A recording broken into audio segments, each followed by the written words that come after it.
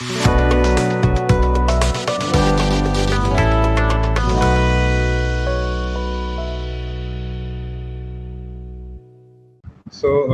everyone to another episode of Around the Block Talk. Today we have with us Mr. Abhimanyu Shekhawat. He's the co-founder of Orange Wallet and has been in the space of blockchain and within the industry for several years now. And so, Abhimanyu, we would also love to hear your journey into blockchain and introduction of yourself from you. And I'll hand it over to you, and then we can start with the talk. Thank you. Yeah. Thank you for the introduction, Prateek. I have been into this space from last 4 to 5 years. I started out as a freelancer and a hackathon enthusiast. I have won more than 10 or 15 hackathons in a row. I have worked on a lot of freelance bounties. I've worked with Polygon. I've worked with Blockstack. I've worked with a lot of different organizations, especially in form of bounties and hackathons.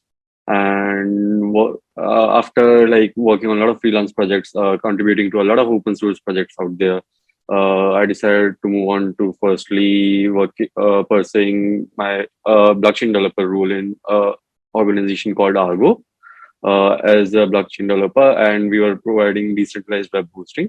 And then I moved on to my own personal project that was Orange Wallet, and then from there we took it off. Sure, Abhimanyu, that's great to know. And now we can start with your talk on the topic of Orange Wallet and wallets in the blockchain. Yeah.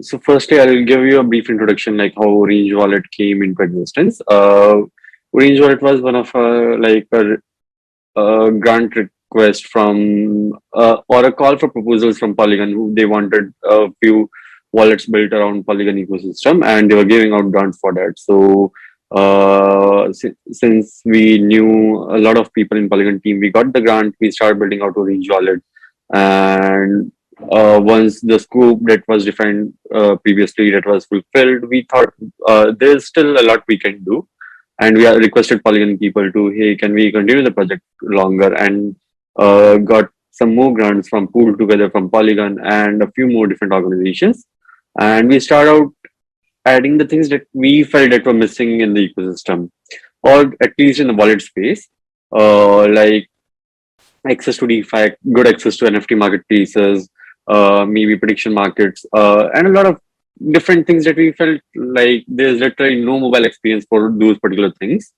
And we wanted to follow a mobile first approach. We wanted to make user do literally everything that is out there from a mobile app. This was the initial idea. And from there, we treated a lot. We tried to keep the user experience simple. We rewrote the UIs of all the protocols that we integrated. And we were trying to keep things as simple as possible. Right now, Orange Wallet supports a lot of different chains, and you won't even realize you are using multiple chains. Moving funds from one chain to another is as simple as making swaps. We are adding support for a lot of DeFi protocols. Recently, we added support for OpenSea. We are the first mobile app that gives you complete support for OpenSea. And beyond this, we even have we have pulled together. We have a few more DeFi protocols, and few more are incoming. And we are trying to keep things or make things as simple as possible for the end user. They do not have to deal with the nitty-gritty of the blockchain ecosystem, of the all multiple chains and anything. We are solving the UX problem right from the start. We give options like using Web3 auth to log in. That is basically using your social media to log in into your wallet, and while keeping the user's private key quite safe in a decentralized network using Taurus. And from there, we have small things done that tries to simplify the entire user experience. And at the same time, we are trying to bring a lot of first things that are happening in the mobile wallet. Like, we have a feature of clicking a picture and minting into NFT, and we have a lot of different small features that makes us different from a lot of different wallets out there. Although we are still in making, so a lot of cool things are in progress right now. But there would be an amazing product sometime soon. That's great to know, Abhimanyu. So, have you identified some, specific pain points Yeah. with the existing wallets, and Okay. how are you solving that? Yeah. So firstly, if we look at the wallet space, we'll see there are a few wallets that are more or less similar to what they were back in 2018 or 2019. They haven't changed much. Like the DeFi ecosystem, the NFT space, and literally everything has changed a lot. But those wallets that have millions of users, but they haven't changed a lot. So mm, plus, there is this problem of terrible user experience, at least at the start, where user have to deal with those mnemonics and private keys and all that stuff. That just overcomplicates it for the end user and might keep them away from entering this really amazing blockchain and crypto space. And taking forward from here, you will see all the wallets existing out there except for a few. You won't be able to participate in the DeFi protocols that you want to, or do things that you usually do on the go. You will probably need a laptop and a MetaMask install and do all those things. We are trying to solve these kind of problems here. A few wallets does provide a few things, but we still feel they are missing quite a lot. Apart from this, the ecosystem is changing quite a lot, especially with this boom of multiple chains. There are not only the multiple chains, but some bridges are being exploited, and apart from this, like NFTs are kind of in different kind of state. If the market goes up, volume for NFTs increases. If market goes down, NFTs seems like a topic of past. But yeah, and the metaverse is coming up. We are trying to cater all the different needs that are coming up right now. Okay, that's great. I think one challenge is the interoperability, as you mentioned. Yeah, yeah. Interoperability is like, as Vitalik mentioned, like if there are multiple L1s, if let's say one particular network forks and another network, some person has logged his tokens in one particular network and transferred it to some other network, and there's a network fork, then there is no finality between the state, or there is the inconsistency. So these kind of problems needs to be solved. Although in case of layer two, they rely on at one layer one solution to maintain the state that they are both at the same page or same level. They commit a particular number of blocks to the main chain. So the block, as Vitalik mentioned, the world is really like multi-chain in the blockchain space, but we need to solve these kind of problems where firstly there is this issue of trusting bridges. Secondly, what if there's a network fork? So these kind of issues, these needs to be handled with really careful approach, like especially the bridges, because we have seen polynetwork bridge, Ronin network bridge. These are they were exploited in the past, so there might be chances of some other bridge may face some or some similar or a different kind of attack. So we need to make bridges a bit more robust, and we need to have some sort of good way to make the chains interoperable. Right, certainly. So, in terms of technology Yeah, that you're developing for the wallet, so yeah, it would be great to understand a little more on how wallet technology works, what goes on behind the scene, and yeah. how do you do all these things. Yeah. Firstly, the most amazing thing about all the cryptocurrency wallets is you don't even need internet to have an account. Like you just need a random string of words or any random information, and you can get a wallet address out of it. As long as you keep that random information with you, you can access your wallet. So in this way, it is really cool. You don't need internet. You don't need anything else. But And then moving I have a doubt here. But how does it work without the internet? You need to connect uh, to the yeah, other. Right? yeah, how it works is what you need to do is there's this just one algorithm. You pass your mnemonic or those string of words to this algorithm. It gives you out a private key and a wallet address. You can either keep the mnemonic or the private key, and you get the address. Now let's say you want to send me some USDC or some Ethereum. I can either give you that address like in person, or I can send you over WhatsApp or anything. But to get that wallet address, I don't need any sort of internet. And as soon as you send funds to it, I'll be able to see it whenever I get the internet or whenever I want to. So Right. this is one of the coolest things. Live connection. Yeah. Right. And moving on from this, one particular problem that we are facing, and is kind of big, is the data from these multiple chains. Like how many tokens user hold, what kind of NFTs does the user hold. These kind of data, these are quite hard to get, and there are a few services like Cool and it does help in providing it. But let's say if there's only one service, Cool, and that is giving this data, what if in some particular situation they are down? We have to extensively rely on that. So we're trying to build some sort of solution of our own. But yeah, getting this data is the most complicated part. And once we have this data, it's kind of simple from there. Like we can, then it's basically just smart contract interaction. So it's kind of simple.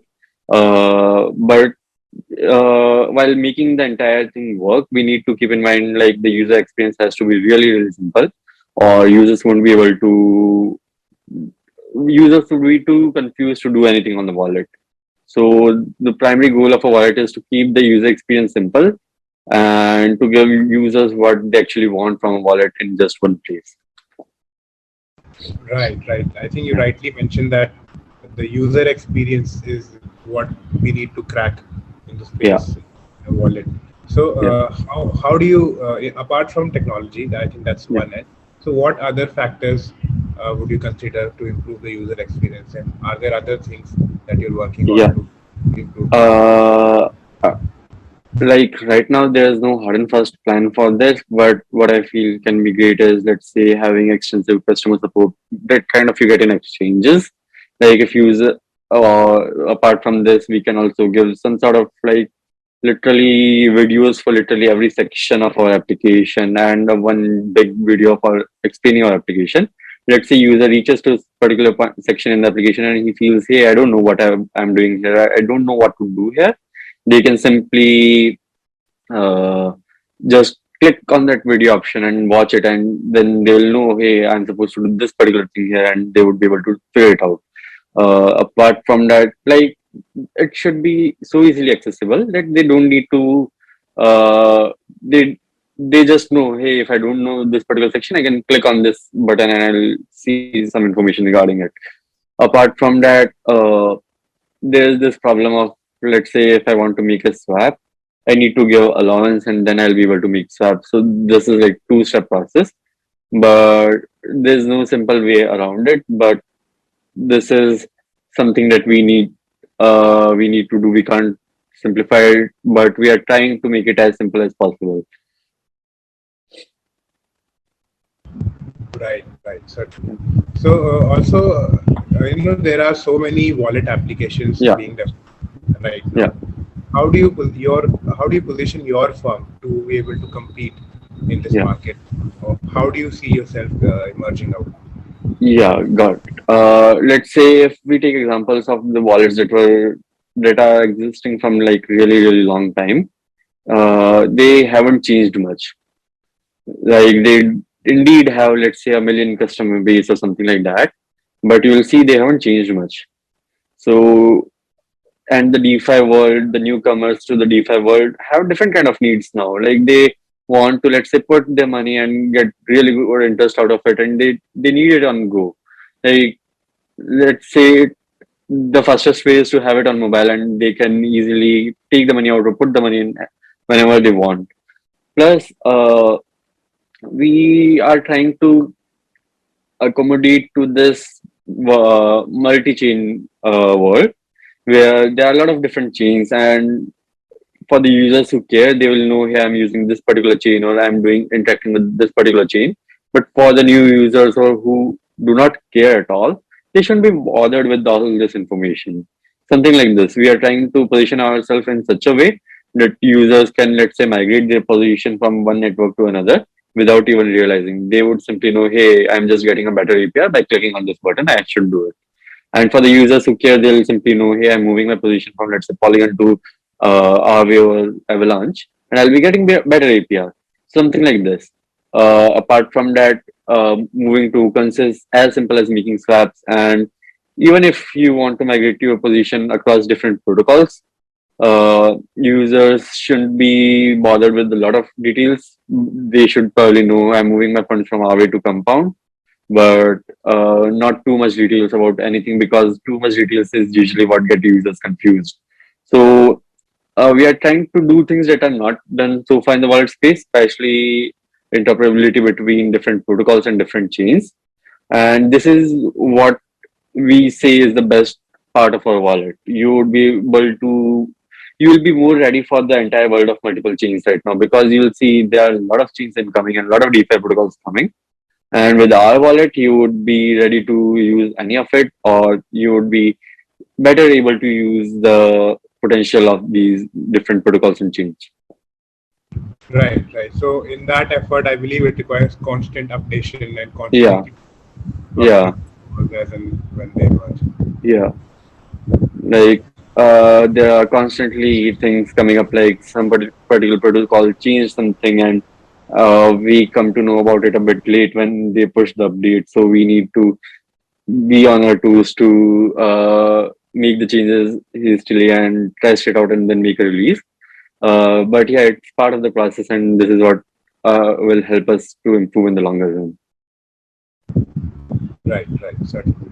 So, do you how uh, in terms of adoption of this Yeah, blockchain technology and yeah, this technology reaching the mass consumer, so yeah, there is some gap that yeah, needs to be filled in order to do that. yeah, So, how yeah, do you see that? What are the challenges, and particularly for is how what kind of a role does a wallet application play yeah. in sending this technology to like a mass consumer?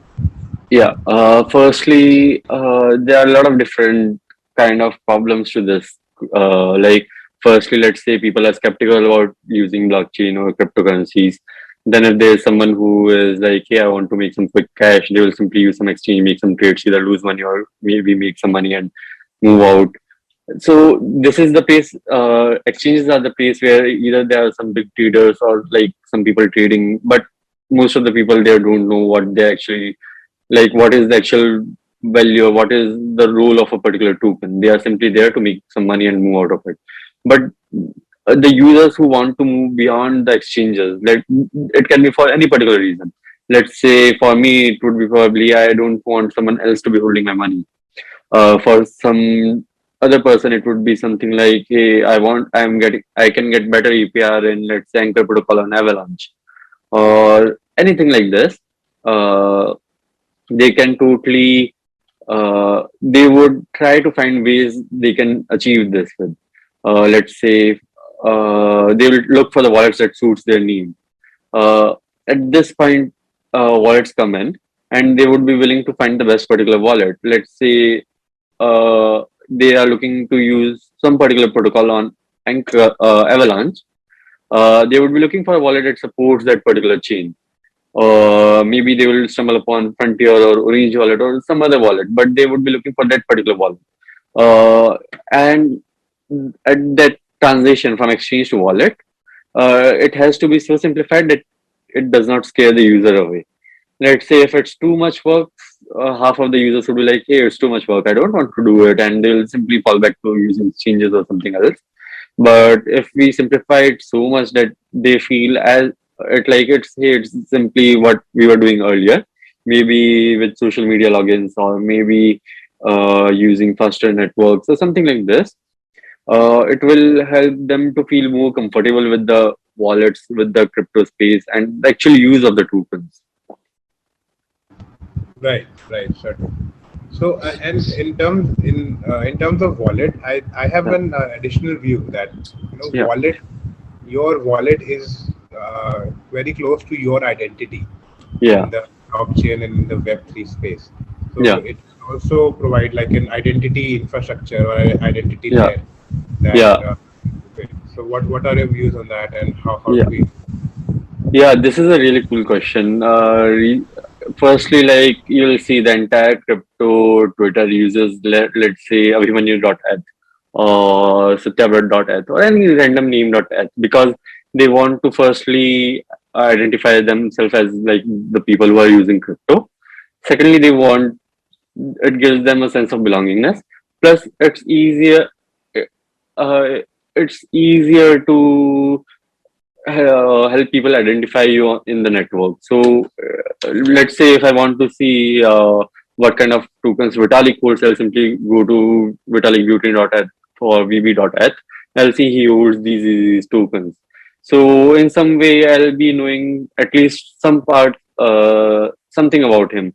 Like maybe he's more invested in some particular protocol, or maybe he is simply holding ETH for eternity, or anything like that. So it gives a small portion of someone's identity. Plus, this thing of metaverse coming up. In this, wallets will perform, I believe, really great role. Uh, because since it's crypto, your one address would be used in, let's say, all the different metaverses or all the different virtual lands that are coming up. And recently, we were on a call with Trees Network. What they are doing is they are giving one avatar that can be used across different metaverses. So supporting those kind of things. Let's say we allow users to get those kind of avatars on the wallet itself, or show them their avatar on the wallet. It will give them a feel that this particular wallet is key to all the metaverses. And plus, the it will give. Let's say I go to your profile, I see you hold a particular avatar as an NFT. I'll probably know you maybe look like that avatar, or you find that particular avatar cool, and you are probably participating a lot in all the different metaverses, or you like being in the metaverse. Right, right, certainly. So also, extending this question a little bit. Yeah. So I think one with Web3, with blockchain, one key difference would be that your identity is now within your control rather than platform centric. So now your wallet is within your control. It has your data stored, it has your assets stored. It's pretty within your control. So I think that major shift that we see from previous technologies. So how does a wallet emerge in this space to become a person's identity? And what, apart from their assets, what else do you see in the future a wallet would be storing or enabling to become an identity? This is a particularly good question. Let's say it can hold a lot of different things. It can be like a blockchain way of Apple's wallet that who allows you to hold your identities, your credit cards, and a lot of different things. So apart from storing normal assets, NFTs, maybe in future there are NFT gated events. So you will have the tickets in form of NFTs in your wallet. So when you enter the event, you will probably need to show that particular NFT, and then you will be granted access to it. And then, as I mentioned earlier, these avatars for different metaverses, these will help you to identify yourself in a different way. It like your wallet would be key to all the metaverse out there. And apart from this, they can be particularly, let's say there are a few platforms coming up like giving out some sort of certifications, or maybe it can be anything like informal certification for anything. Your wallet may hold those certificates, or so you can simply show those certificates to whoever needs to see it, and everyone will know these are valid certificates because it's simply immutable to change these certificates. So things like this. So wallets will not be only the controlling point for maybe the financial assets or maybe NFTs, but maybe a gateway to different what do we say, different events, different world of metaverse, or a few more different things. Right, certainly. So now coming to the security part of a wallet. Yeah. That is also a key concern Yeah. at this moment. So with the current identities, they are the Yeah. dispute management system. Yeah.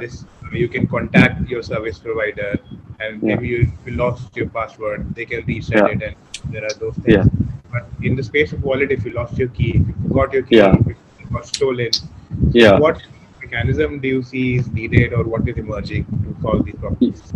Yeah. Firstly, the best possible way to keep your keys safe is maybe write down your mnemonics on a piece of paper, put it in a locker, then use the hardware wallet to sign all the transactions. But you see, that's not feasible for everyone and it's time consuming. Maybe someone wants to simply make smaller trades and don't want to get a ledger every now and then to sign the transactions.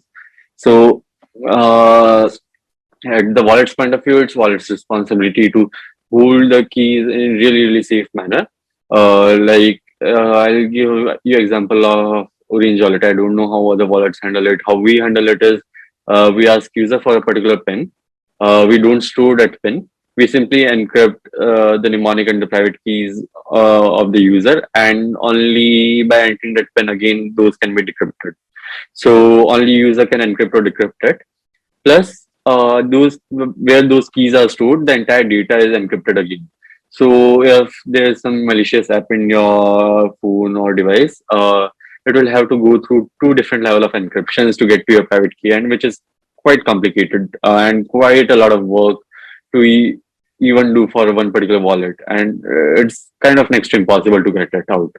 One thing is this. Secondly, uh, there's this question of keeping them safe, not from the malicious users or anything like that, but keeping them safe in a way like you don't lose them. So the best possible ways out there is either like break your mnemonics into two, three different parts and store it on different cloud switches. Let's say first few parts on iCloud, second few parts on Google Cloud, then OneDrive or something like this. So it's distributed on different places, but you can put them together to use the particular account.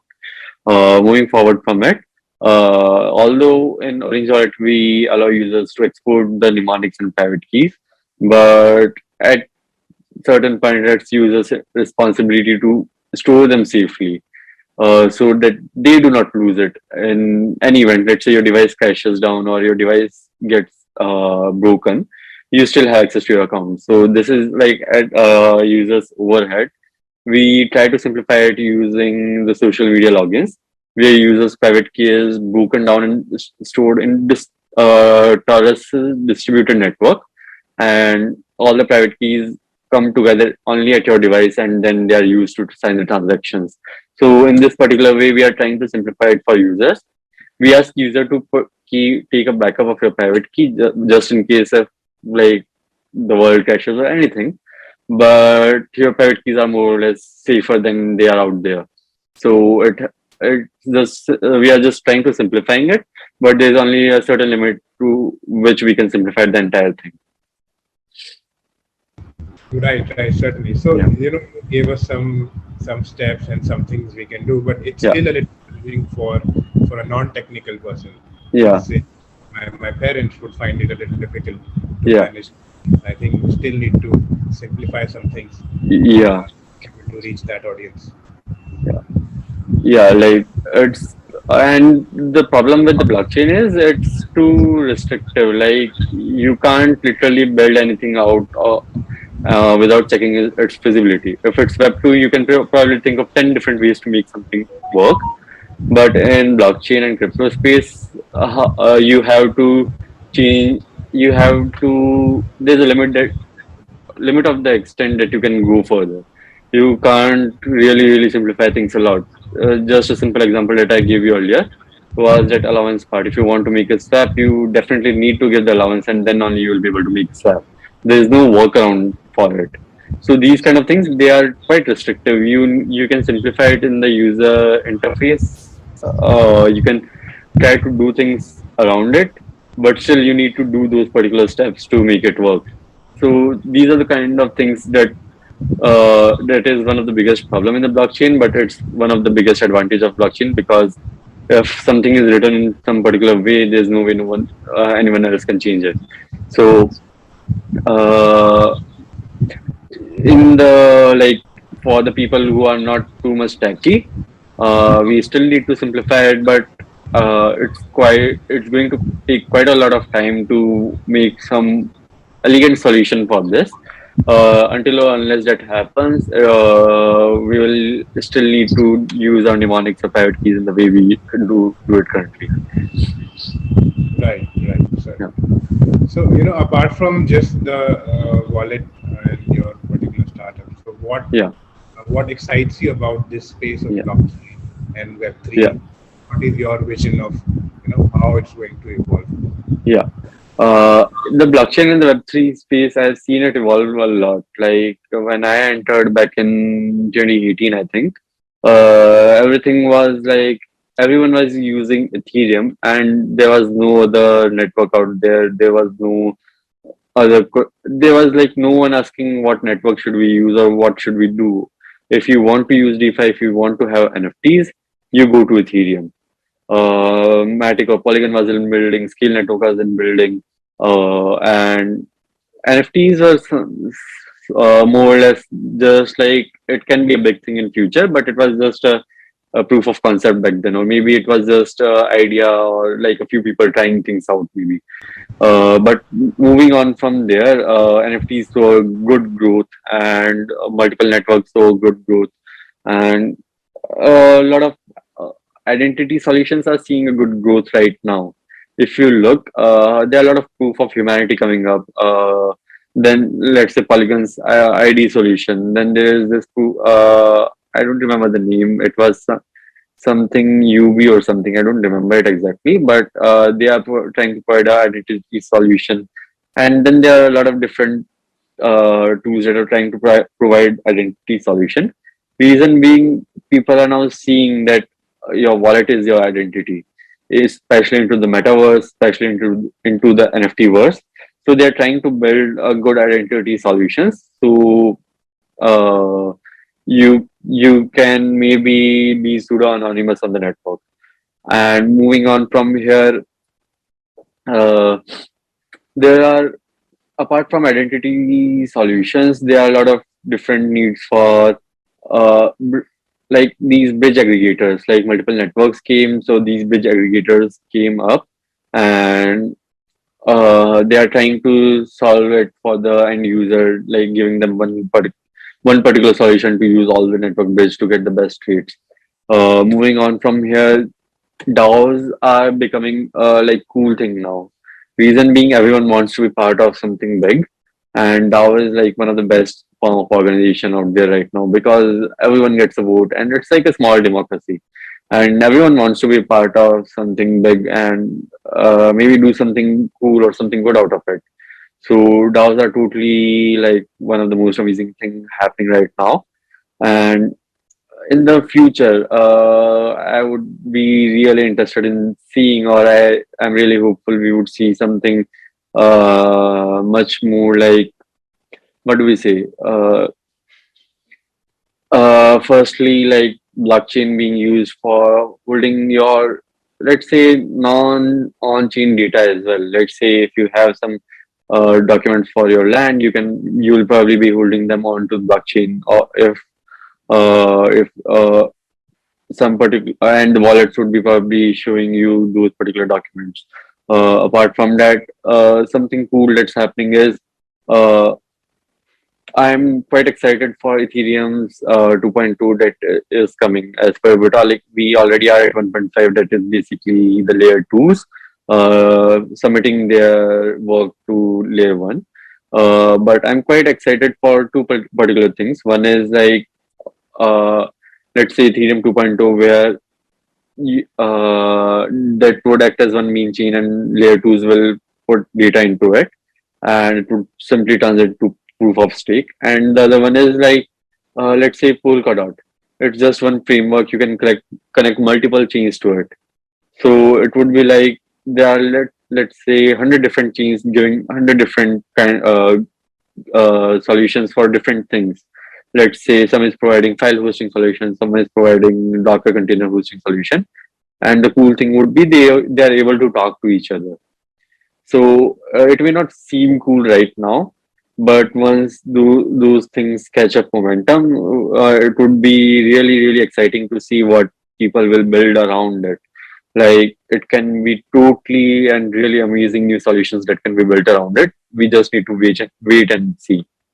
And yeah, one more cool thing, uh, data transfer, not just transfer of tokens, but random data transfer between different networks is going to be a good thing really, really soon. That will allow users to, let's say, if they hold money on Aave and they want it on Avalanche, I think Aave V3 already supports it, but we would be seeing a bigger boom of it, I think, really, really soon, and I'm really excited for it. Right, certainly. Yeah, That's great. So, one application of blockchain that excites me would be the IoT economy. yeah, When a lot of IoTs and billions of transactions. yeah, So, I think blockchain would be a very suitable infrastructure for that. So, and within that, again, every IoT would have a wallet, and that yeah, would be the community exchanging. yeah. Assets. So, Yeah. how do you think wallet will evolve to include this particular economy? I think wallets would evolve in much similar way as the current financial system works. Let's say if you want to, I'll give you a really simple example. I don't know if this is going to be a thing in the future, but let's say if you want to enter metro station or something, or underground tube station, right now you simply tap the card and move in. In the future, it can be something as similar as tapping your phone and the tokens from your wallet will be deducted and being sent to, let's say, metro underground tubes wallet, something like this. Or even at shops, if we see if it happens, even at shop, they can be simply as simple as people putting their wallet addresses as QR code, and we can simply scan it and send money to it. Something like this, or tap and pay mechanism. These things can be easily built out. The only issue is the gas that is involved. Let's say you are requesting USDC, but the sender still needs to hold the native token, maybe Ethereum or Polygon, to send it to you. As soon as we are able to find some elegant work around this, this can be a really good thing in the future. Sure. And so now in India, we see so many startups in the space of Yeah, blockchain. yeah, We have, Polygon, which has now dominated the world yeah, in terms of applications. So, what opportunity do you see for India in particular and Indians in general yeah. to be a part of this? Yeah. So in terms of India, people were just starting to get into this blockchain and crypto space. Maybe for at the first step, maybe using exchanges. Although the taxes aren't that friendly to the entire thing, but I am really bullish that, and I can really see it. Like people are actually getting into the space quite early right now. Like it's still too early to enter in the space, and they're experimenting a lot. And as soon as you start experimenting, you think of things that you can build around it. So since people are experimenting a lot, they are getting a lot of ideas to what they can build. I'm not sure. I'm not saying like one particular idea is good or one particular idea is bad, but people will definitely try to build things out. If one thing doesn't work, maybe, or maybe let's say 100 thing doesn't work, 101st thing would work, and it will dominate the entire ecosystem. Something like this. So many people are trying, and many people will still be trying because it's really amazing ecosystem. The community is so good. If you need help, you simply maybe tweet about it, and there would be someone available to help you out. And this is still like a really small community. Back in, let's say, a year back or 2 years back, it was like there were like maybe hardly 150 people working in crypto space back then. Now maybe it's in thousands, but still it's too small. And many people will come, many people will innovate, and let's say out of thousand, maybe 10 to 20 things will dominate the world. Other would maybe uh, contribute to the community, contribute to the ecosystem in a positive manner. Sure, certainly. Yeah, And like even with your product, with your yeah, I'm sure you're targeting a global market, and yeah, global adoption is something that yeah, you're looking at. So I yeah, think one opportunity that India would also have to is to build some global products in yeah. this particular Yeah, space. you see, like the companies like Polygon, Biconme, or many small products or the big ones. They are emerging out of India, but you will see they are targeting the global economies. Or they are targeting the globe. Reason being, blockchain technology is like people in the blockchain and crypto space are still too low, and if you target only one particular country or one particular region, the numbers won't go high. Then, like it will, you won't be targeting the full potential that you can target. Right? Because the adoption is scarce Yeah, at yeah, it's, you need for the numbers you need a yeah, global. yeah, Right. And so for your particular product, what yeah. kind of market size do you see, and what kind of opportunity do you see for a wallet? Yeah, for our product, we are still in building stage, but we already crossed, I think, 14 to 15,000 downloads on Play Store, and we have a good number of testers on iOS test, right? Uh, the number of the number that we imagine right now is something in sort of people who are using DeFi or the NFT world, and the new people who are entering the space. These would be one major chunk of people who would be contributing to our user base. It can be around somewhere around 100K to 150K. For a normal application, it would be too low. But in the blockchain space, you will see this number is far too big because no particular protocol will have this many users, not the small ones.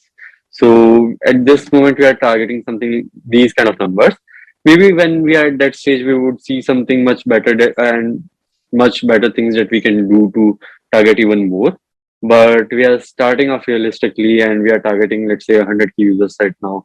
And from there, we will probably have by that time we'll probably have better ideas to target more.